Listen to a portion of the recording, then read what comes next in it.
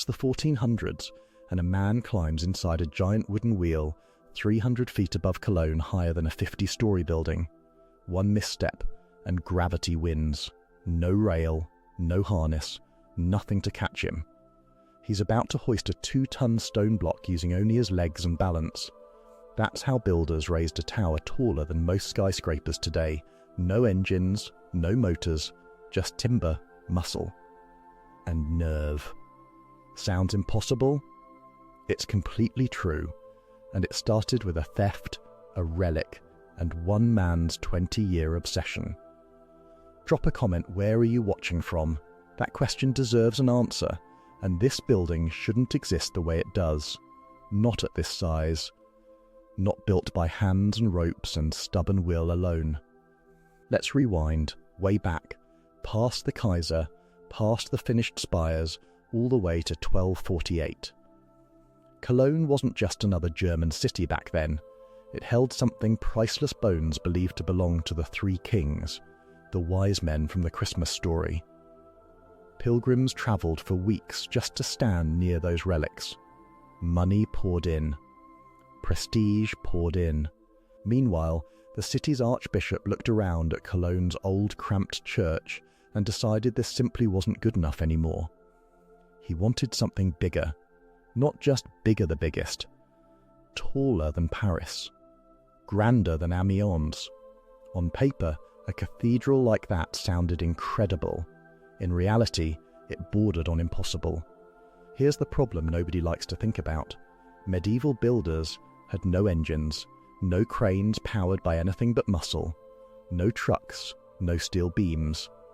Every stone came from a quarry miles away, cut by hand, loaded onto ox-drawn carts, and dragged over dirt roads that turned to mud every spring. One block could weigh more than a small car. Multiply that by tens of thousands of blocks, and the scale of the nightmare starts to sink in. Lives, not just shifts, went into this project. Many stonemasons apprenticed as boys, grew old on scaffolding, and died without ever seeing the roof finished. Their sons took over. Then their grandsons did. Imagine dedicating your whole existence to something you know you'll never see completed. That's not ambition, that's faith. This is where the trap kicks in. Cologne wanted a cathedral bigger than its resources could support. Funding relied on donations, relics, and goodwill, none of which stayed consistent. Some years brought wealthy pilgrims and generous nobles. Other years brought famine, plague, or war, and suddenly nobody had spare coin for stone. Construction would surge forward for a decade, then stall for years at a time. Masons got laid off. Tools sat unused. Scaffolding rotted in the rain. You'd assume a project this important would move in a straight line toward completion. It didn't. It lurched. It stopped. It waited. Political rivalries between local nobles slowed permissions and funding even further. Other cities, meanwhile, kept building their own cathedrals taller, and Cologne's leaders grew desperate not to fall behind. By the late 1200s, the choir, just one section of the massive building, was finally done. That alone took decades. Foundations sat half-finished elsewhere. One tower rose a little. The other barely left the ground. Nobody in 1248 could have guessed what was coming next. Not decades of delay, but centuries. A pause so long that the half-built cathedral would become something else entirely, not a construction site, but a landmark frozen in time, staring down at a city that changed all around it. That frozen landmark didn't sit quietly for long, either. Picture a massive stone crane built to hoist blocks up the South Tower, stuck at the top for so long it turned into a symbol of the city itself. Painters sketched it, travellers wrote about it. That crane sat exposed to wind and rain for over 300 years, and nobody touched it. Construction essentially stopped in 1473. Not slowed, stopped. The choir stood finished. One tower reached part way up, and the rest of the site looked like a giant had walked away mid-project and never come back. For centuries, that's exactly what it was. Plenty happened in the meantime. Money dried up again, but this time it never really recovered.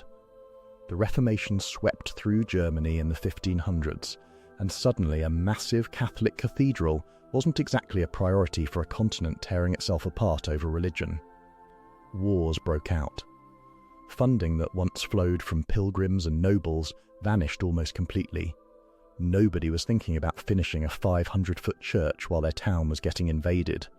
Here's the trap again, just on a bigger scale now. Cologne couldn't finish the cathedral without money, but a half-finished cathedral wasn't exactly bringing in new pilgrims or prestige anymore. It just sat there, half a miracle and half a ruin, too important to tear down and too expensive to complete. Generations of Cologne residents grew up never knowing their city with a finished cathedral. To them, the unfinished towers and that lonely crane weren't strange at all, they were just normal. Just what the skyline looked like. If you're finding this as wild as I did researching it, now's a good time to hit subscribe, because the next part is where this story takes a turn nobody sees coming. Weeds grew in the unfinished sections over those long, silent decades. Birds nested in gaps where stones should have been. Visitors from other countries would stop and stare, half impressed and half confused, wondering why such an ambitious project had just stopped. Nobody tore it down, though. Nobody repurposed the stone for something else, which honestly would have made sense at the time. Instead, it waited silently, stubbornly, as if the city itself refused to admit the dream was dead while doing nothing to revive it. Locals eventually turned that crane into a running joke, a symbol of good intentions that never quite followed through. Some legends even claimed the cathedral would never be finished, that finishing it would somehow bring bad luck to the city. Superstition filled the gap where progress should have been. But history has a funny way of circling back. In Cologne's case, it took a completely different century, a completely different set of leaders, and a completely different reason to finally pick up where medieval masons left off. That different reason arrived in the 1800s, and it had almost nothing to do with religion this time. Germany was changing. Small kingdoms and territories were slowly uniting into one nation, and leaders needed symbols, big, powerful, unmistakable symbols, to make that unity feel real. Someone remembered the half-finished cathedral sitting in Cologne, and an idea started forming. What if finishing it wasn't about faith anymore, but about national pride? Here's the part that genuinely surprises people. Around 1814, workers discovered something incredible. The original medieval plans for the cathedral's facade, the actual blueprint drawn up centuries earlier, had survived. It turned up in an unexpected place, far from Cologne, and once experts confirmed it was real, everything changed.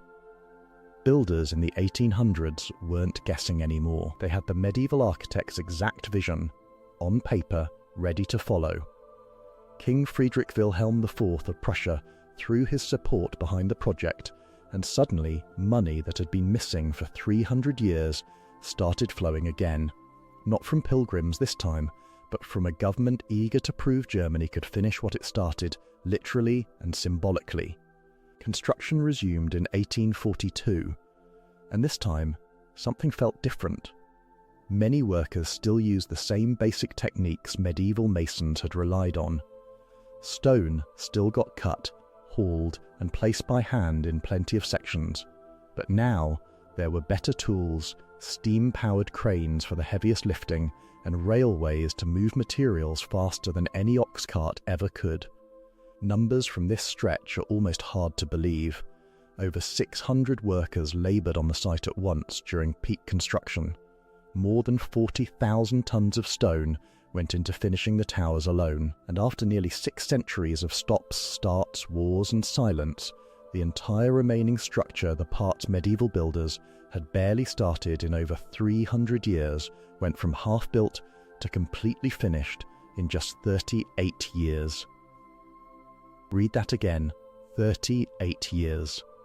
What generations of medieval masons couldn't accomplish in over 3 centuries? 19th century Germany finished in less than 4 decades. By 1880, the final stone was set.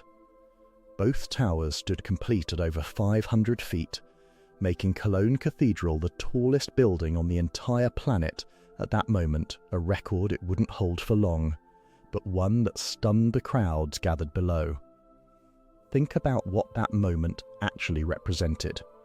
A medieval religious project started by an archbishop chasing holy relics, got finished centuries later by a government chasing national identity. 2 completely different eras, 2 completely different reasons, joined together by one unfinished building that refused to disappear. That's the twist nobody expects. This wasn't really faith finishing what faith started. It was politics, timing, and a lucky discovery of old paperwork arriving at exactly the right moment in German history. Without unification, without that rediscovered blueprint, those towers might still be unfinished today, just another crane frozen in time. Today, those towers still stand soot-darkened, weathered, marked by over a century of city air. Look closely, and you'll spot centuries layered into one facade, medieval stone beside 19th century additions, blended so seamlessly most visitors never notice. That's the Kaiser's view, still intact, still drawing millions yearly. A building started by faith, abandoned by circumstance, finished by ambition, proof that some dreams simply refuse to die, no matter how long they wait. Next time something feels impossible or stalled, remember Cologne. Comment below. Would you have waited 6 centuries for this?